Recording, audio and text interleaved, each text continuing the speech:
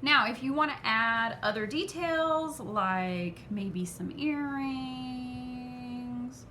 or if you wear glasses, you could add those over the top. Remember, glasses sit on the bridge of your nose, and of course go around your eyes. And everybody's glasses shapes are different, so think about that. Okay, if you want to add sunglasses or a hat or some kind of jewelry, whatever, add some things in there to show the personality of this person that you're drawing. One other thing we're going to add to this portrait is something that Roy Lichtenstein did a lot in his paintings. He would draw characters, and then, like in comic books, he would add either a thought bubble up above their head. Usually thought bubbles are kind of a cloud shape, or he would add a speech bubble, which is usually just like an oval with this kind of thing coming down towards their mouth. Okay, so you can draw that in as well. Decide, do you want your person to be speaking or thinking? If they're thinking, usually that's kind of a cloud shape like this, and the part that comes down, instead of this kind of line, usually it's little circle-y cloud type things coming down. Okay, so get that drawn in there as well, because we are going to add that to these portraits. We're going to add something that they are thinking about or something that they're saying. Okay, once you have that, you can start erasing. There are a lot of lines in here that we're not going to use, we're not going to trace. So like, I want this thought bubble to be in front, so I'm erasing all that hair and things that were back behind there. Of course, we're not going to trace over our guidelines or our line of symmetry, our eye line, nose, lip lines. If you want to erase those now, you can. You can always save the erasing step for later, but erasing a little bit kind of helps you know exactly what to trace. So go ahead and get rid of some of those lines that you're not going to use. I'm going to take these glasses off. Sometimes I wear glasses, but I think this one's not going to wear glasses today. Okay, get rid of some of these lines.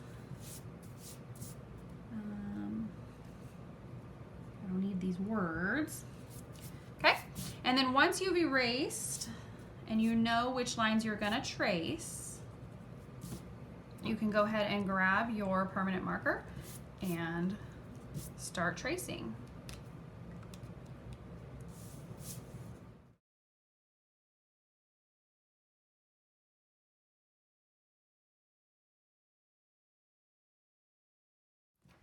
Once you've traced all the lines that you want to use, you can go in with your pencil eraser or with your big eraser and get rid of all those pencil marks.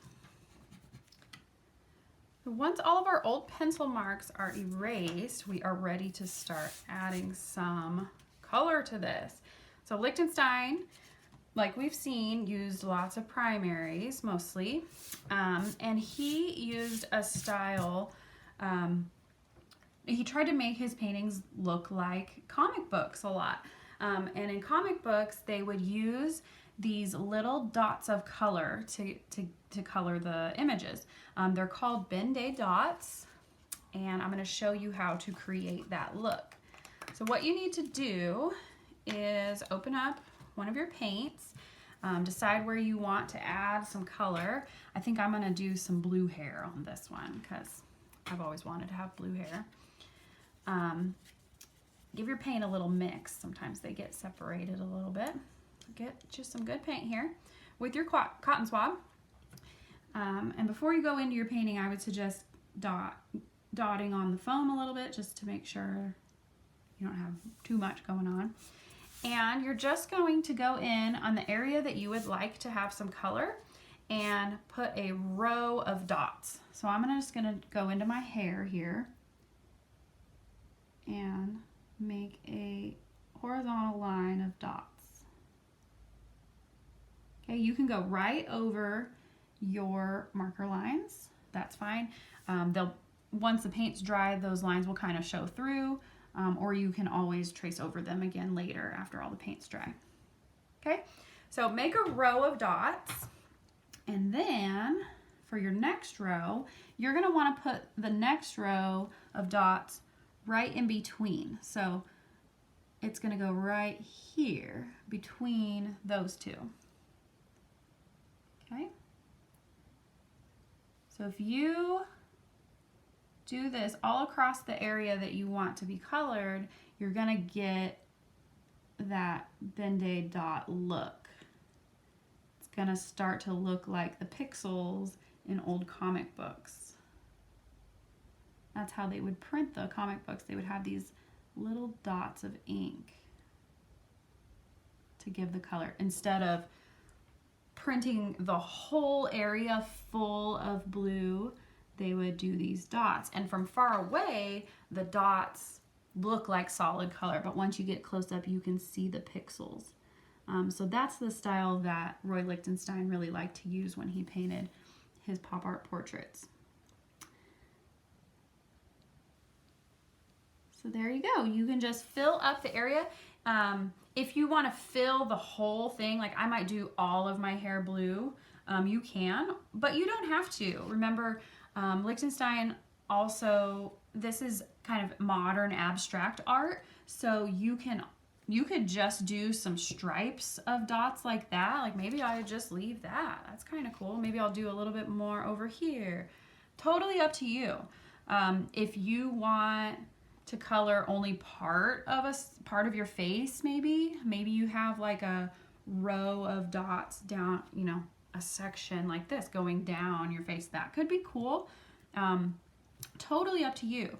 You have the 3 primary colors because those are the colors that Roy Lichtenstein used, and those were the colors that he used them because those were what were available in comic books, and so that helped him create that comic book look by using these primary colors.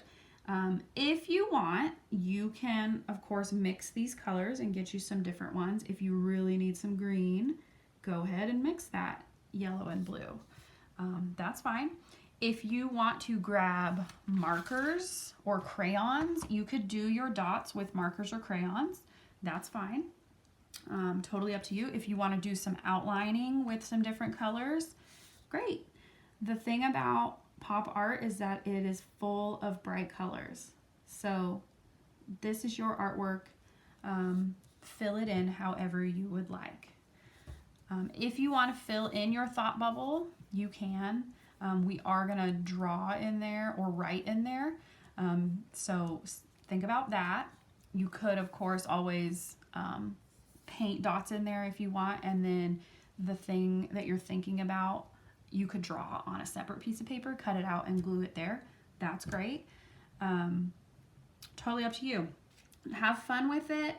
Get some nice pops of color in there. Try making these Ben-Day dots. Remember, do a row, and then the next row goes in between.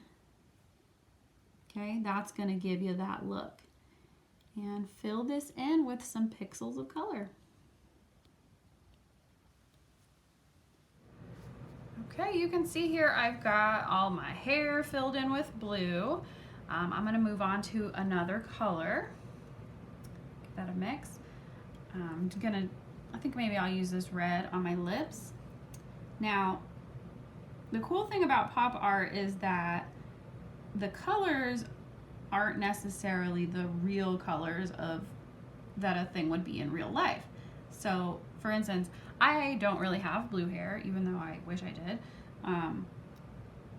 And some people do have blue hair, but my hair is black. So the blue kind of gives the idea of dark hair. If you have lighter hair, maybe you'll use the yellow for your hair. If you have kind of reddish hair, using real red would kind of exaggerate what it really is. So it's totally up to you what colors you use, but I just wanted to mention that's why I used blue. But you can use any colors you want. That's the cool thing about pop art. It doesn't have to be the real colors. Other pop artists like Andy Warhol, he would mix up the colors. He used like all kinds of neon colors. it just makes it fun and fun. Anything that makes it eye-catching.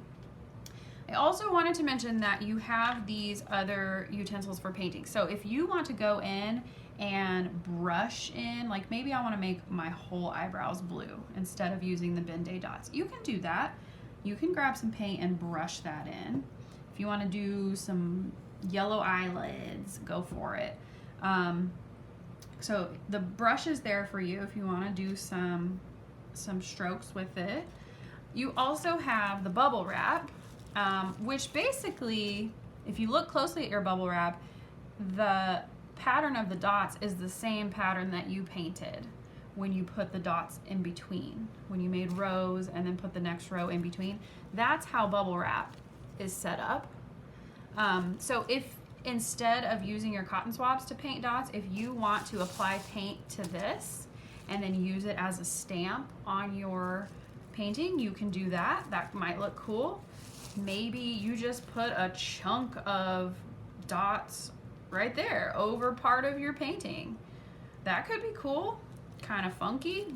Maybe I put another one up here and cover just one corner of the painting. That's great, totally up to you, okay? Those are there for you as tools if you would like to use them.